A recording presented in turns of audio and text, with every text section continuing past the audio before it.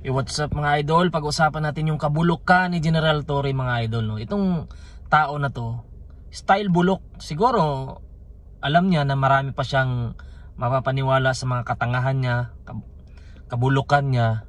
Pero yung iba na nag-iisip talaga, hindi mo na maluloko eh.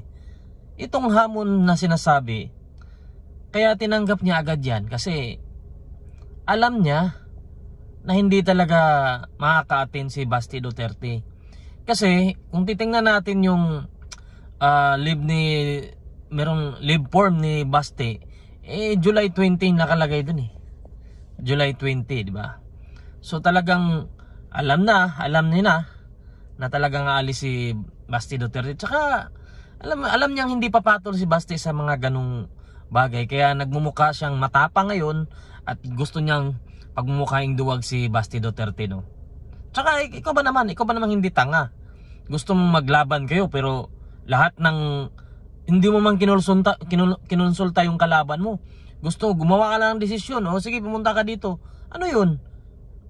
Mag-organize ka ng boxing nyo.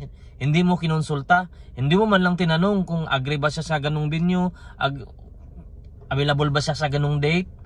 Ano ka tanga? Kahit nga sa boxing bago nga magkasundo may mga pirmahan pa nga ng kontrata eh. Ikaw basta-basta ka lang humamo na parang bata. Kung mapatay ka, baka naman i-sniperin nyo si Basti Duterte dyan.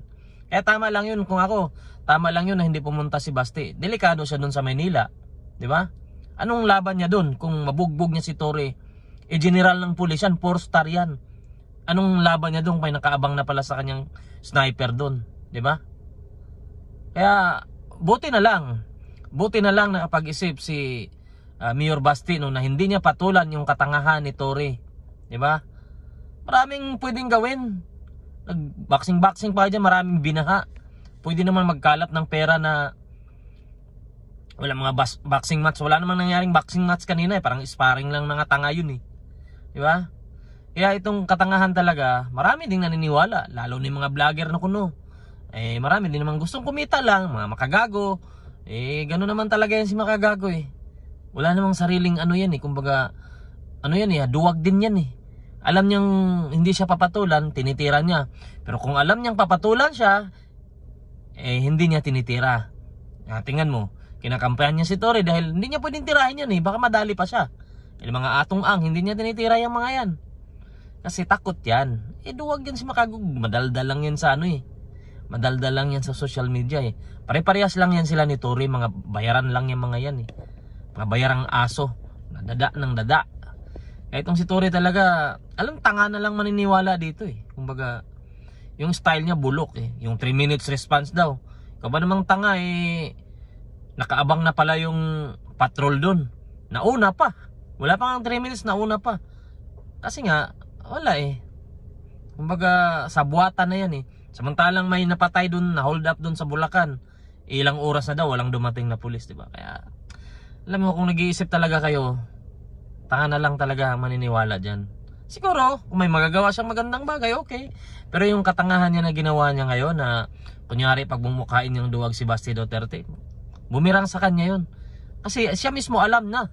Siyempre magkadikit yan sila ng DILG, diba? Sino ba mag-a-approve ng leave ni Mayor Basti? Di ba yung DILG? So alam niya, tinanong niya na yan doon kung ito, anong status ba nito?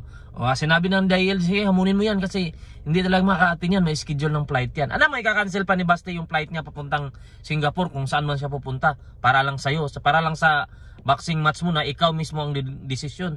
Hindi mo man kinonsulta yung kalaban mo, kakaibang ano din yan kakaibang laban yan na ikaw lang gustong ikaw lang gustong masunod kung ako si Basti, gantihan ko rin. Pupuntahin, mag-set up ako ng pagbalik ko galing Singapore, mag-set up ako sa Davao Gym ng boxing ring. Tingnan natin kung pupunta ka din. Tanga-tanga talaga yun. Kaya kawawa talaga yung mga Pilipino na hindi nag-iisip. Kawawa lang. Papadala sa mga kabubuhan ng mga sa administrasyon ngayon walang nagawa. Diyos ko Lord.